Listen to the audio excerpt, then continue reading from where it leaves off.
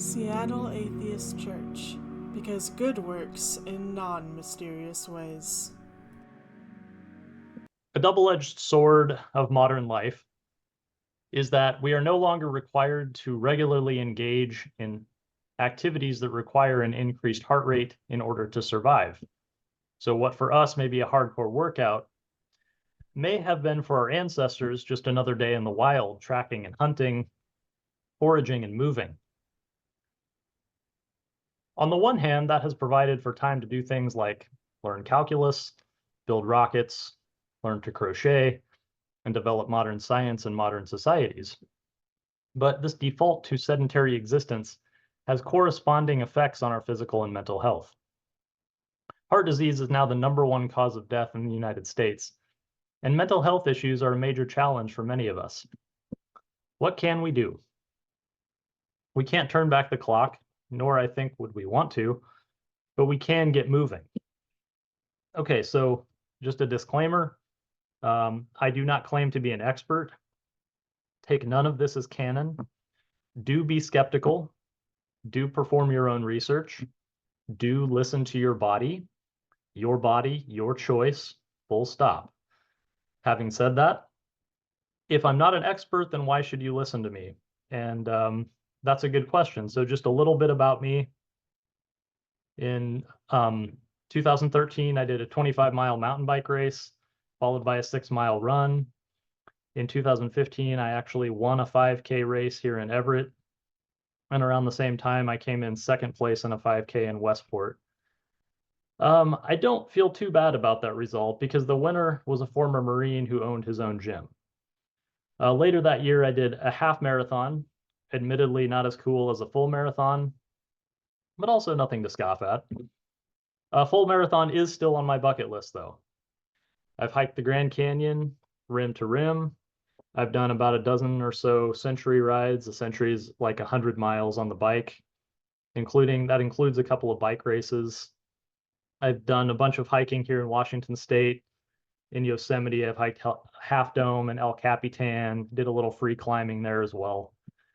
These days, I have a fitness regimen that includes half an hour to an hour every day of a full body workout and then some element of cardio. I bike to work, which is about 10 miles a day. So I don't like hypocrisy. I like to try to be someone who practices what they preach. And I'm also aware that for many people here, sorry, I'm going to shrink the screen down a little bit. Just bear with me for a second. Okay. I'm also aware that for many people here, fitness might not even show up on your radar. So I don't want to just preach to the choir, so to speak. I actually don't really want to be preaching at all. This talk is not a prescription, but rather it's just an invitation to explore different aspects of physical health that you may or may not be familiar with. So feel free to take what applies to you and discard what doesn't. I'm also aware that everyone here has different abilities and capabilities, and the physical movement may be difficult or impossible for some of us. So when I'm talking about exercise, it's always framed, I want to frame it within this concept of inclusivity. And there's this idea called scaled to ability, which I think is really important. And what does that mean exactly? Scaled to ability. It means that if you're looking at a workout plan and it says something like do 60 push-ups, then maybe for you that means doing 10 push-ups or even just 5 push-ups. Maybe you find it hard to do even 1 push-up. That's okay.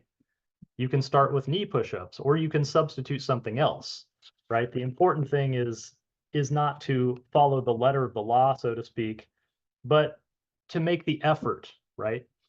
And this is what instills habit, which allows us to increase not only our lifespan, but also our health span, which is another important concept. And health span is the part of our lives during which we're generally in good health. This is the thing that we want to maximize. One of the purposes of working out. Okay. What if you don't like push-ups? What if you're looking at workouts or gym memberships and you think, like, I don't want to do any of this stuff. None of this looks appealing to me. It just doesn't look interesting or exciting. And this brings me to one of the important points that I want to make, which is that find something that you do like to do. And that's probably going to look different for everybody. You could think about walking, running, biking, shooting pool, skateboarding, playing ping pong or tennis or pickleball. And then find someone to do it with. Look at joining a sports team or something like that. And so coming up with fitness goals only works if you actually do the exercise, right? So the thing that you actually do is better than the thing that you're sort of fantasizing about. If you say, well, I can't walk 20 minutes a day, don't use that as an excuse. Just start with maybe just stepping outside and just walking around the block. It doesn't have to be something big. So find something that you like to do. And the key to developing a habit is to start small. Behavioral psychologist BJ Fogg outlined 3 requirements for behavior. Number 1, you have to have some level of motivation.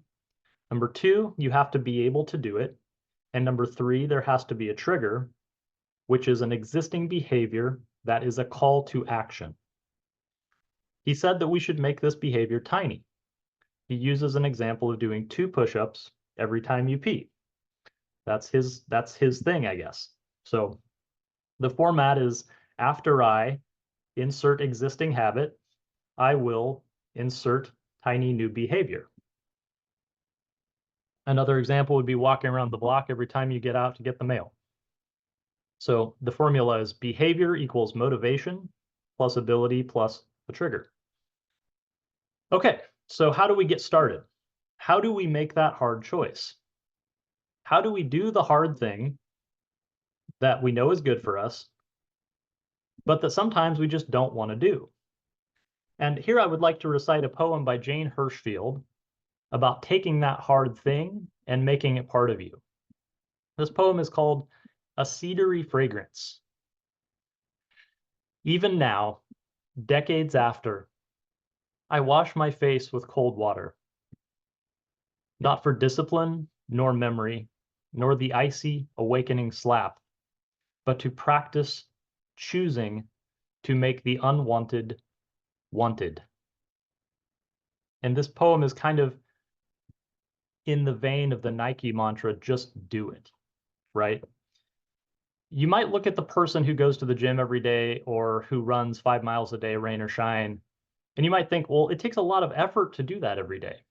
I don't know if I could do that every day. But these athletes don't think about it that way because to them, this is already a developed habit. For them, it's not something they think about, right? It's just something that they do.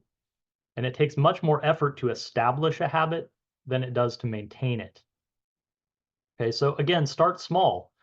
2 push-ups a day or 2 push-ups every time you pee, whatever works for you, as long as you do it every day. Make it a habit.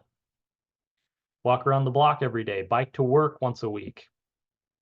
And I want to stress this because if you start too big, you're much more likely to get burned out and to lose motivation. I once did a program that enabled me to do 100 push-ups without stopping. Okay, it was a 30-day program, and I didn't do it all at once. I failed many, many times before eventually achieving success. So don't be afraid to fail. I think this is an extremely underrated part of learning. Fail is a necessary and important part of learning anything. Don't be afraid to fail. Okay. Another angle we could take when we look at this is a functional approach angle. So bike or walk instead of taking a car. This is going to have various applicability for people depending on how far you live from the grocery store, the post office, things like that. But think about how to incorporate functional strength into your daily life. Carry those shopping bags instead of using the shopping cart. Every time you go to the, like I mentioned, go out to get the mail, walk around the block. Or go farther, take a 15 or a 20-minute walk. Be a 2%er. Be part of the 2% of people who take the stairs instead of taking the elevator or the escalator. Okay, and escalators are fun. but definitely when faced with the choice of stairs or elevator, take the stairs. Okay. Exercise has a host of health benefits. It helps control weight, increases mood, increases energy, and according to a study by the National Institutes of Health, it promotes cognitive health. And so some people might be thinking, okay, I have work, I have school, I have to sleep, I have to eat. Like when do I actually have time to exercise? And here is where we can engage in the practice of excuse elimination. If I look at my schedule and I see that I have 10 minutes to spend on YouTube, then I have 10 minutes a day to increase my longevity and health span. I can actually watch YouTube while exercising. So there's really not much of an excuse not to get moving. I go to school, personally, I go to school full time and I also work. And the key for me is to find something that I like, at the very least, find something useful that incorporates physical movement. One of the major pitfalls to developing a fitness habit, in my experience, there's no clear path to follow. So maybe you get a gym membership, you hang out there for a few months doing weight sets and blocks of cardio or spin class and yoga, and you think to yourself, what's the point of this? What am I actually supposed to be doing? And I'm not downplaying gyms. I think they offer a lot of amazing benefits. But I think it can be frustrating for people to try and find their way in the fitness world, especially with all the junk advice out there. And I think this is a feature of the world that we live in today. There's a lot of junk. There's a lot of trash, a lot of junk food, junk advice, junk thought. Sifting the wheat from the chaff becomes a necessary skill. The ancient Greeks had a word called methodos, meaning in pursuit of a method or system. Literally, it translates to a path or a road. And here I would like to offer you a place to start, a methodos, if you will. In Rochester, New York, there's a gym called Wolf Brigade. Wolf Brigade Gym is hands down the best fitness tool that I have ever used. And it pleases me immensely to be able to share this. Wolf Brigade is a gimmick-free fitness institution with 6 years of workouts posted on their website. There is absolutely nothing to purchase. Each workout comes complete with a movement library that has detailed demonstrations of each exercise. So you never have to guess whether you're doing it right. This was especially helpful for me as a beginner who didn't really know what I was doing. One of the things I like is their emphasis on developing functional strength for use in everyday life. In other words, the kinds of useful movements that we do every day. Bending, stretching, lifting, the various awkward positions in which we actually move. This is one of the things which distinguishes Wolf Brigade from the various regimented workout systems, which basically just have you picking things up and putting them down without really explaining why. And and all the links to this is in the Google Doc. Hopefully everyone is able to access that. I encourage you to start with the Public Assistance Project, which covers 30 days of workouts, and also the Unparalleled Wolf Brigade Training Philosophy. Okay. I would also question the idea that the path we're on needs to have some kind of purpose in mind. In the documentary An Examined Life, Avital Ronell is talking about the philosopher Martin Heidegger. Heidegger asks the question, what is called thinking? What are we actually talking about, right? He had a lot to say about going on walks, about going on paths that lead nowhere. So this idea that there's some sort of ultimate goal to our fitness activities or even our lives is called into question. In a real sense, the journey is the destination. And I also think that you can combine, I think this just goes to show you can kind of combine fitness with other sort of intellectual, more philosophical activities, right? So I go for walks, and you could do workouts while listening to podcasts or the news. I sometimes treat it a workout in a different way, as just a kind of a meditation where I just pay attention to the movement, pay attention to what I'm doing. Whatever you want to do. Anyway, An Examined Life, I highly recommend that documentary if you would like to view that. Okay, so what other non-gimmicky things, what other things are there that actually work when it comes to doing fitness activities? Number one on my list is hydration. So any kind of fitness activity, water is good fuel. It saturates your muscles. It prevents injuries. It enables recovery. And this kind of seems like a no-brainer, right, from our armchair view. But ask yourself if you're drinking enough water today. Like if you're thirsty right now, you're probably not drinking enough water, right? So this is an everyday thing, and it's also a fitness thing. It's an everyday fitness thing. Okay. So we could also talk about supplements. And I've listed three. There's three supplements that have been proven to work. This is according to my research. This list is very short for a reason. Okay.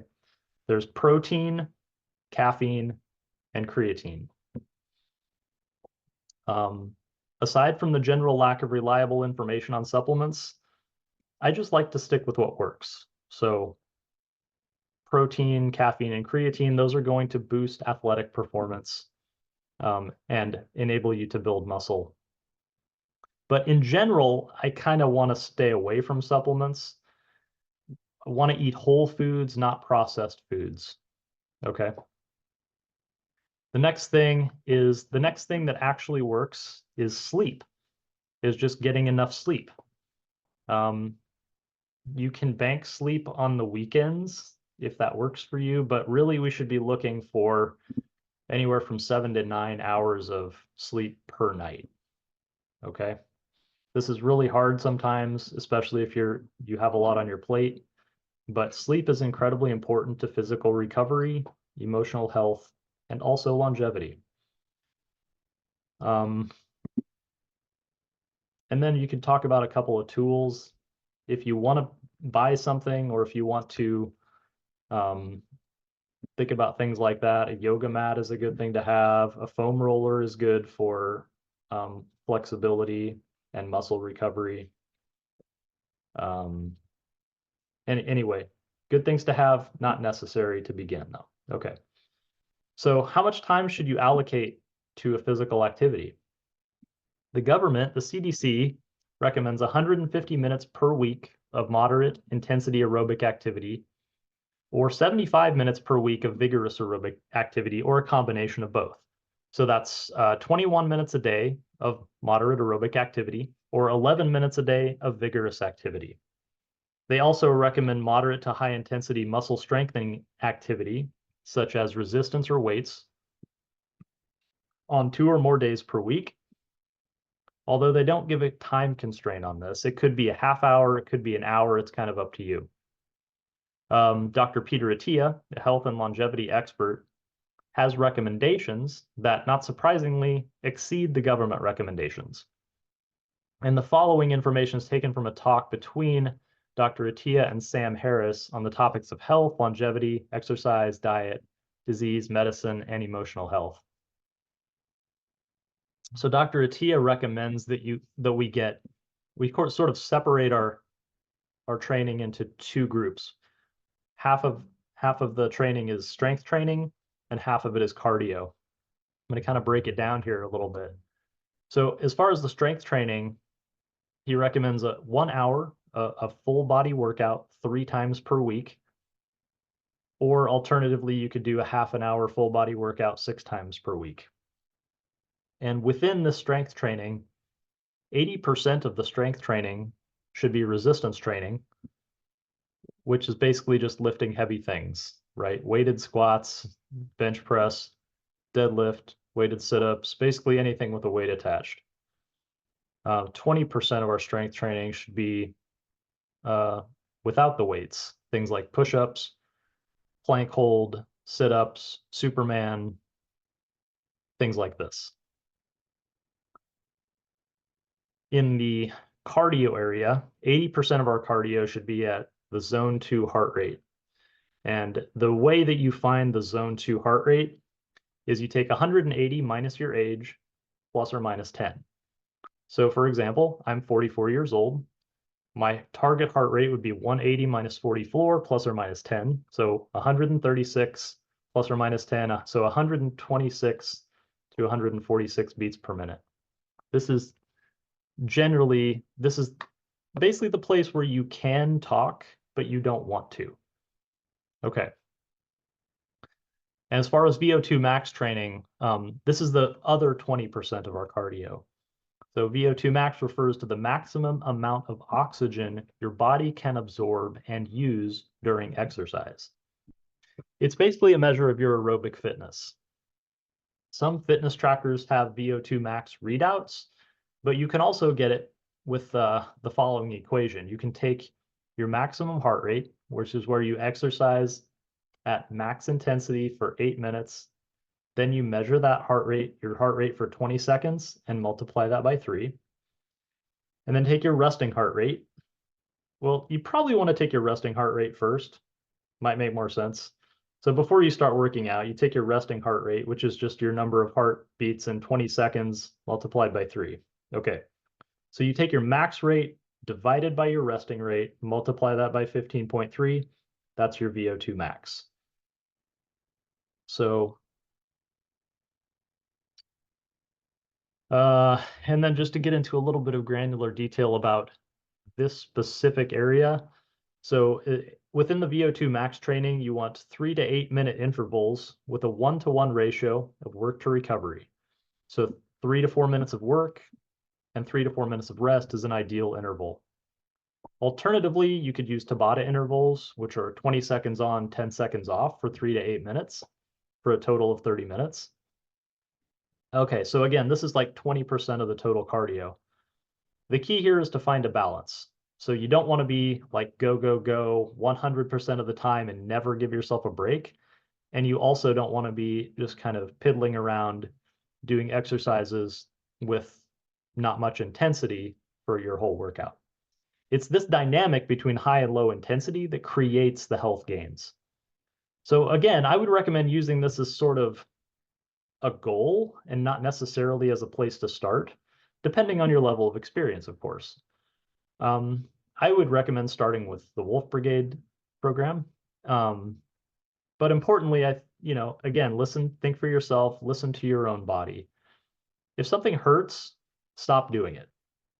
And I would also just reiterate that the exercise that you actually do is better than the exercise that you're sort of planning or thinking about doing. I think it was George Patton said something like, a violent plan executed today is better than a great plan tomorrow, or something like that.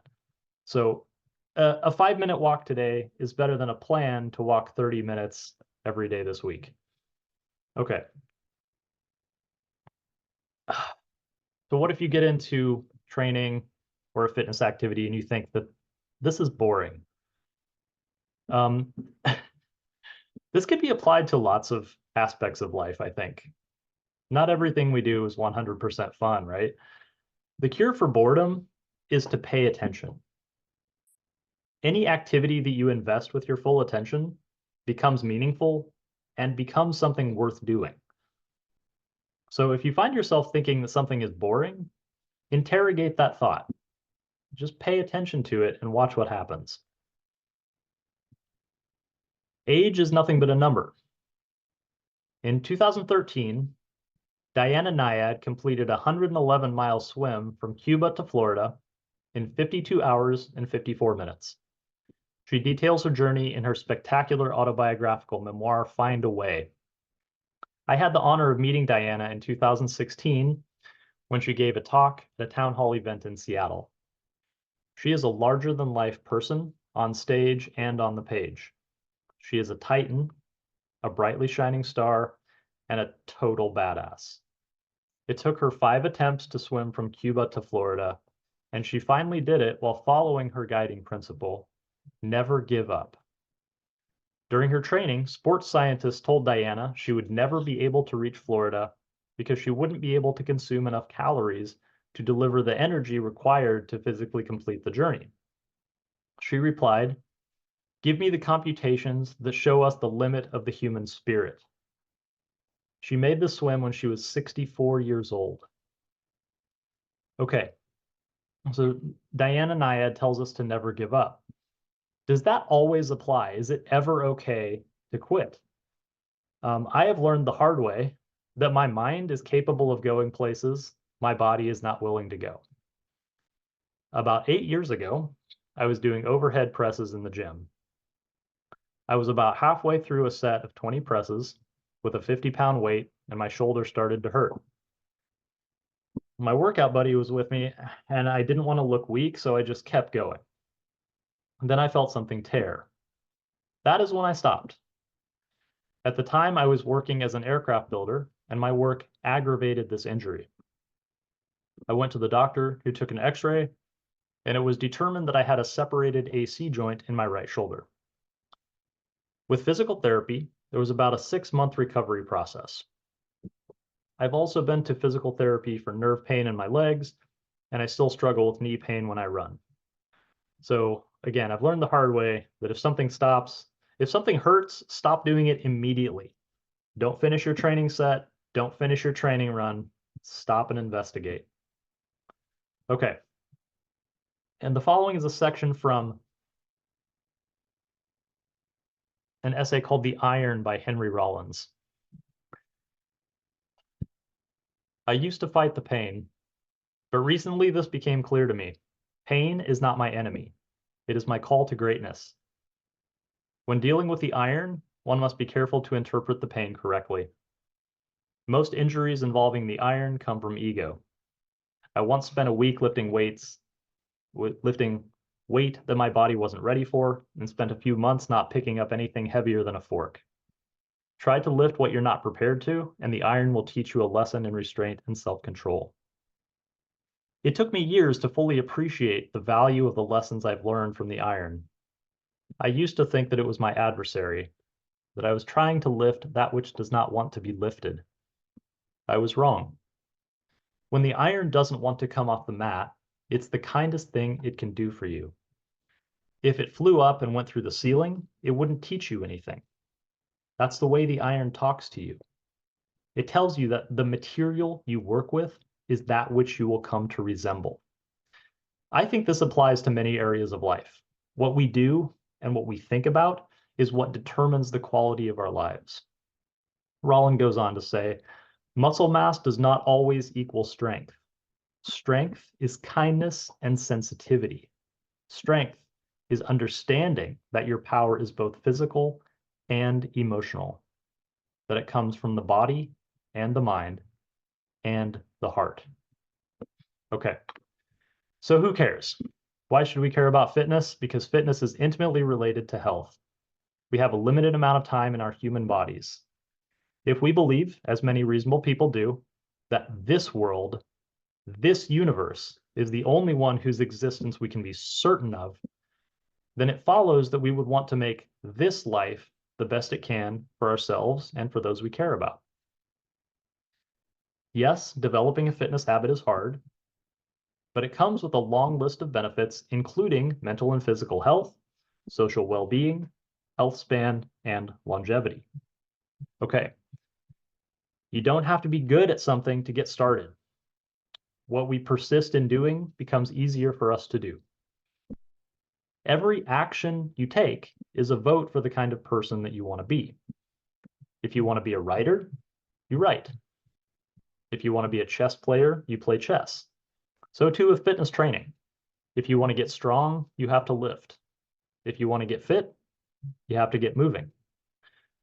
To paraphrase a quote by the aviator Antoine de Saint-Exupéry, we discover ourselves when we measure ourselves against the obstacle.